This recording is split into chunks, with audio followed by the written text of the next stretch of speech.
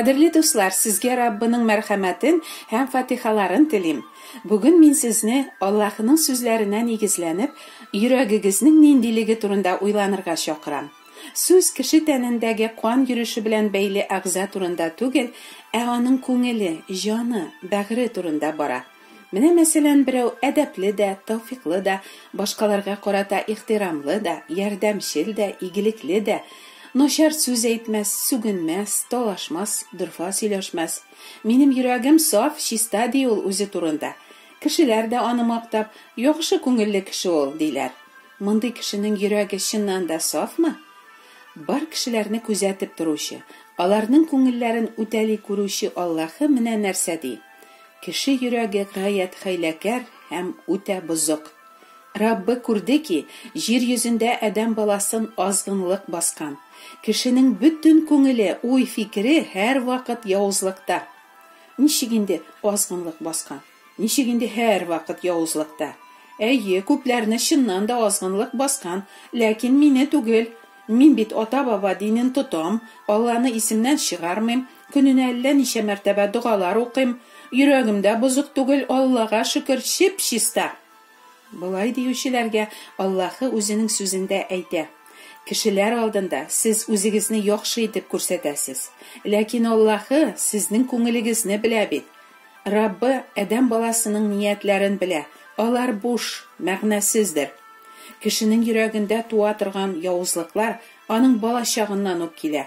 Бу халык үз сүзле, алар фитнәчел халык, ялганчы угыллар, Раббы канунын тыңларга теләмәүче угыллар. Бу халык мине телдә генә хөрмәтли. Минем яныма килүе сүздә генә. Аның йөрәге миннән ерак. Бу халыкның миңа табынуы кешеләр арасында кабул ителгән кагыйдәдән генә килә. Сезнең фикер йөртүегез бозык. Нигә Алла кешеләргә йөрәгегез миннән ерак, фикер йөртүегез бозык ди?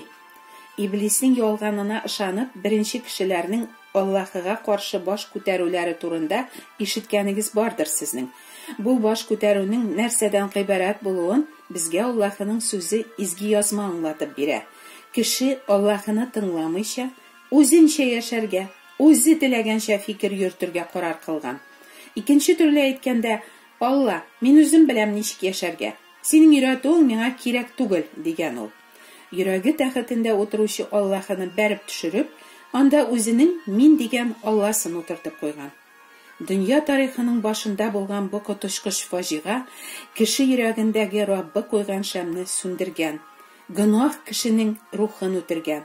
Шул көннән башлап дөньяга килгән һәр адәм гөнаһ вирусы белән туа, һәм бу вирус һәр кешене үлемгә һәм мәңгелек тамукка инде дучар иткән. Һәр кешенең йөрәгенә кирип урнашкан мин дигән җирәнгеч пут, ул кешедәге гөнаһлы табигать. Һәр кем үз файдасын эзли. Һәр кеше бала чагыннан ук Аллаһыга буйсынмыйча, үзенчә фикер йөртеп, үз миненең теләкләрен канәгатьләндерүне иң беренче урынга куеп яши. Изге язмада булай дип укыйбыз. Гөнаһлы табигать буенча фикер йөртүче Аллаһыга душман. Ул Аллаһы канунына буйсынмый һәм буйсына да алмый. Гөнаһлы табигать буенча яшәүчеләр Аллаһыга ярый алмыйлар.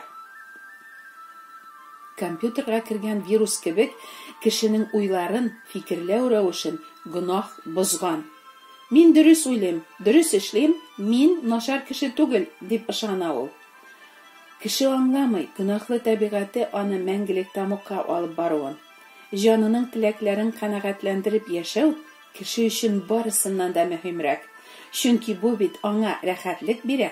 Рәхәтлек алу аның тормышының төп мәгънәсе. Аллаһы үзенең сүзендә күп мәртәбәләр: "Сезнең ата-бабаларыгыз мине тыңламады, сүзләремә кулак салмады. Ата-бабаларыгыздай каты күңелле булмагыз, аталарыгыз сыман үҗәт булмагыз" дисә дә, кеше һаман: "Мин ирекле, ничек телим шулай яшим. Мин үзем беләм нәрсәнең яхшы, нәрсәнең яман икәнен. Аллага да ничек табынырга мине өйрәтмәгез. Ата-баба динен тотам, минем динем иң чиста, иң дөрес дин" дип ачулана кабатлый ул.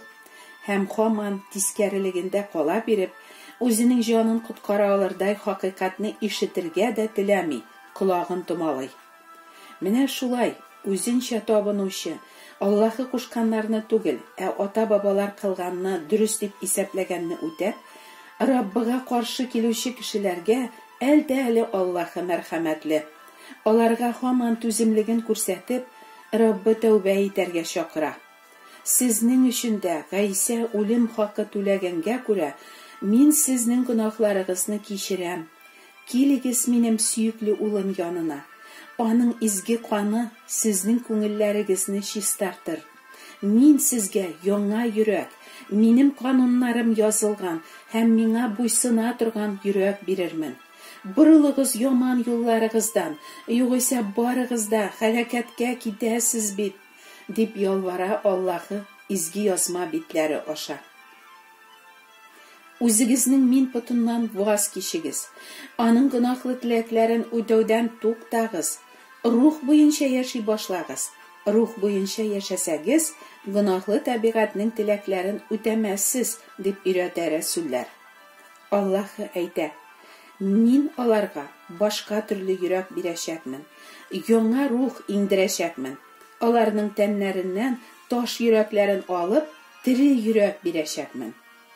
Ничек ия булырга соң Аллаһы вәгъдә иткән ул яңа һәм тере йөрәккә? Яңа йөрәк кабул итү, рух буенча фикер йөртү, гаибенне танудан башлана. Гөнаһын танымаучы кеше үзгәрә дә алмый. Йөрәге яңармаган, үзенчә яшәргә яратучы кеше фаш итүне яратмый да, кабул да итми. Аның дөрес сүзлеген ничек кенә аңлатырга тырышсаң да, ул барыбер үзенең гаибен танымый, аклана, башканы гаипли, ачулана, үзенә һөҗүм итә башлый хәтта. Көндәлек тормышта без төрлечә гаипле булабыз бит. Мәсәлән, ир үзенең хатынына дөрфа эндәшә. Син миңа дөрфа җавап бирдең, дип әйткәч, юк, мин алай әйтмәдем, дип ризалашмый. Яисә, син үзең башладың, ди. Ягъни, кичкенә нәрсәдә дә ул фаш итүне кабул итми. Үзенең дөрфалыгын, якынына кыенлык китерүен ул танырга теләми. Яисә, берәү: Мин әйткән сүзгә син үпкәләдең әллә? Ди үзенең дусына. Тегесе: Юк, үпкәләмәдем, үтеп киттек инде, дип җавап бирә. Шунында исә, дусы әйткән сүзләргә аның бик хәтере калса да, әйе, үпкәләдем дип әйтергә аңа тәкәбберлеге бирми. Нәрсә, шуңа да үпкәләдеңме? Кит аннан, син бик үпкәчел, кыекка ала торган кара эшле кеше икәнсең, кебек сүзләр әйтеп, үзен кимсетер дип курыкканга күрә, ул үзенең хәтере калганын танымый, яшерергә тырыша, алдаша. Үзенең минен гаепләтмәс, кимсеттермәс өчен кеше дөресен әйтми, тыштан үзен берни дә булмаган кебек тотарга тырыша. Шул вакыт аның йөрәгендә ялган да, курку да, үпкә дә, ачу да, читләшү дә туа. Бу явызлыклар кеше йөрәгеннән, үзләреннән үзләре юкка чыкмыйлар. Һәрбер гөнаһның пычрагы йөрәккә сеңеп кала бара. Дөрес, вакыт узу белән барысы да онытыла сымак. Ләкин гомер буе җыела килеп, гөнаһлар кеше йөрәгенә сеңеп, катлам-катлам булып өелә баралар. Көн саен без кешеләргә күпме үтәләбез, һәм моны гөнаһка да санамыйбыз бит. Көн саен күпме канагатьсезлек, гаипләү, хөкем итүләр туа йөрәктә. Үз йөрәгендә туган бу гөнаһларга игътибар итмәүче кеше һаман рухи сукырлыкта, үзенең мин-минлелегендә кала. Инде йөрәгебездә туган гөнаһларга сизгер булып, алар белән кешеләрне генә түгел, Аллаһыны да рәнҗетүебезне танып, үкенергә өйрәнсәк, тәүбә итсәк, мондай фикерләү рәвеше Аллаһыга яраулы. Гөнаһларыбыз безне Аллаһы каршында һәр вакыт гаипле итә, һәм алар өчен инде гадел җәза билгеләнгән. Кеше үләргә һәм тамукка китәргә тиеш. Әмма Гайса үзенең үлеме белән гөнаһлылар өчен хак түләгәнгә күрә, Аллаһы кешеләрне кичерә, ягъни аларга мәрхәмәтен күрсәтә. Башка юл белән дин тотып, саваплар җыеп, кеше тамуктан котыла алмый. Гайса генә безне күккә илтүче, чөнки ул күктән килгән һәм үлеп, терелеп күккә күтәрелгән. Үле пәйгамбәрләр кебек түгел ул. Гайса бүген дә тере һәм коткара. Дусларым, башка коткаручы юк сезнең җаннарыгызны. Аллаһның чакыруына битараф булмагыз. Бәгырьләрегезне катырмагыз. Туң йөрәкле булып калмагыз. Гайса хакына Аллаһның сезгә дә яңа, тере йөрәк бирүен сорагыз. Амин.